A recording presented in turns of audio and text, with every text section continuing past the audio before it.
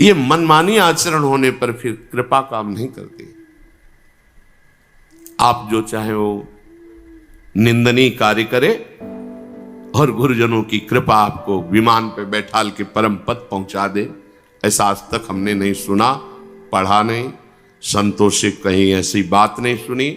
हाँ, थे पूर्व में पापाचारी, पर जब से संत समागम किया, आज्ञा पर पूरा जीवन दे दिया, तो जगत बंदनी महात्मा बन गए, ऐसा सुना है, ऐसा पढ़ा है। ऐसा नहीं सुना कि आप उनके समीप रहकर मनमानी आचरण करें और आपको परम पद मिल गया हो, ऐसा नहीं सुना। सिद्धांत नहीं, चाहे जो युग हो, भगवत प्राप्ति का सिद्धांत वही रहता है। हाँ, कुछ कमी बेशियां साधना में हो जाती हैं, पर भगवत प्राप्ति के सिद्धांत में नहीं। थोड़ी भी सिद्धांत की चूक, वो चूक ही होगी, आपके हृदय के आनंद को सुखाने वाली होगी। इस समय जो आपको अवसर मिला है, ये अमोघ है। चूक गए, पता नहीं किस युग में अवसर मिलेगा। 4,32,000 में तो अभी 5,000 के ऊपर कुछ हुआ है। बहुत बड़ा समय इस राजा का है, कलयुग का। और ये कपट, कुटिलता, व्यभिचार, हिंसा, मदिरापान, द्वित कीड़ा, इसका ही उत्साह बढ़ाएगा।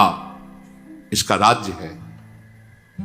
अगर बच सकते हो तो एकमात्र समर्थ है जो तुम्हें इस कलिकाल में बचा सकता है, वो भगवान नाम। नाम चल रहा और जो निषेध किया गया वो नहीं करते, बच जाओगे। जो अन्य युगों में भगवत प्राप्ति सहस्त्रों वर्ष की तपस्या से होती थी, कलयुग में नाम संकीर्तन मात्र से हो जाएगी। पर जो निषेध है वो मत करो। हम ये ध्यान नहीं देते, निषेध को उत्साह पूर्वक करते हैं, सोचते हैं अब देखे तुम कृपा कर लो। सिद्धांत नहीं है ना। संत जन परम कृपालु होते हैं। पूज्य भाई जी महाराज से निज जनों ने कहा हाथ जोड़कर कि आप चाहें तो श्री कृष्ण से मिला सकते हैं, ये हमारा विश्वास है। तो उनका भैया, अगर हम अपनी चाह की बात करें तो मेरी चाह यही है कि मैं सबको भगवत प्राप्ति करा दूं, सब सुखी हो जाए। पर आपकी चाह के बिना श्री कृष्ण नहीं मिलेंगे। मेरी चाह तो है कि सबको भगवत प्राप्ति हो जाए। आप चाह करो, अन्य चाहों को त्याग कर आप चाह करो कि मुझे प्रभु मिल जाए।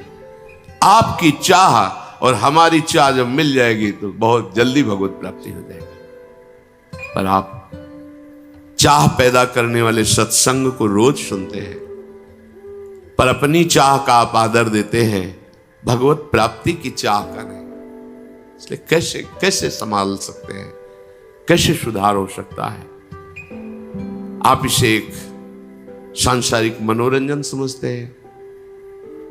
कैसे ऐसा हो सकता है? आप 4 बजे आके सत्संग में बैठते हैं, ये सांसारिक मनोरंजन कैसे हो सकता है? अगर आप इसे मनोरंजन नहीं समझते तो आप इसको धारण क्यों नहीं करते? दोनों बातें। अगर आप इसे सत्य समझते हैं, सौभाग्य समझते हैं, तो आप धारण क्यों नहीं करते? अगर धारण करते तो आपकी दुर्दशा नहीं होती। ये जो मन आपको वासनाओं में फंसा करके आपकी दुर्दशा करता है, ये नहीं कर सकता। आपको प्रयास नहीं करना पड़ेगा। अगर सत्संग मिल रहा है तो बिना ही प्रयास होई भवभंगा, बिना अनुभव के थोड़ी लिखा गया। ये अनुभव बड़े बड़े व्रत से, नियमों से, तीर्थयाटन से, वेदाध्ययन से, धर्म कर्म से जो बात नहीं बनती वो सत्संग से बन जाती है। आपको सत्संग मिल रहा है, परिवर्तन नहीं, फिर हमारी बात समझ में नहीं आती। सत्संग मिले और उसका रंग न बदले, तो बाहर का रंग बदल गया ये तो देख लिया, लेकिन अंदर का अहंकार, वासना में मन, ये मंत्र से बदलेगा, नाम से बदलेगा, विचार से बदलेगा। 24 घंटे में एक बार चतुरासी जी कर ली तो 84 लाख योनियों में जो जाने का कर्म बंधन था वो नष्ट हो गया। छुटी 84 भ्रमंते, ये सब ऐसे महापुरुषों के वचन है कि भगवान अपना प्रण भूल सकते हैं, लेकिन इन प्रेम सिद्ध महापुरुषों के वचन नहीं। भीष्म जी के वचन के लिए अपने प्रण को तोड़ दिया। फिर ये तो महाप्रेमी जन है जो प्रियालाल की सहचरी भावना में सिद्ध होकर आठों पहर सेवा में है। एक बार चतुरासी जी का रोज गायन 84 लाख योनियों में आप नहीं फंसेंगे। छुट्टी 84 भ्रमंते निरखय जुगल किशोर, निरखय जुगल किशोर भोर और रैन न जाने, कब रात गई कब दिन गया इसका भी होश नहीं। तो फिर भोगों का चिंतन कैसे होगा, भ्रष्टाचरण कैसे होंगे। निरखय जुगल किशोर, सामने जुगल किशोर हैं तो हमारा विषय चिंतन बनेगा क्या? जब सामने विषय है तब उसका चिंतन हो रहा है। कितनी बड़ी सिद्ध वस्तु है। पर नहीं, हमें भूख ही नहीं है जुगल किशोर की, इस भयावह संसार से मुक्त होने की भूख ही नहीं। जब पूज्य श्री जयदेव जी का चरित्र पढ़ा तो प्रारंभ में नए तो हृदय जल गया। कहां थे भगवान जब ऐसे महापुरुष जो रात दिन भगवान के भजन में लगे हुए हैं, किसी ने दक्षिणा दी?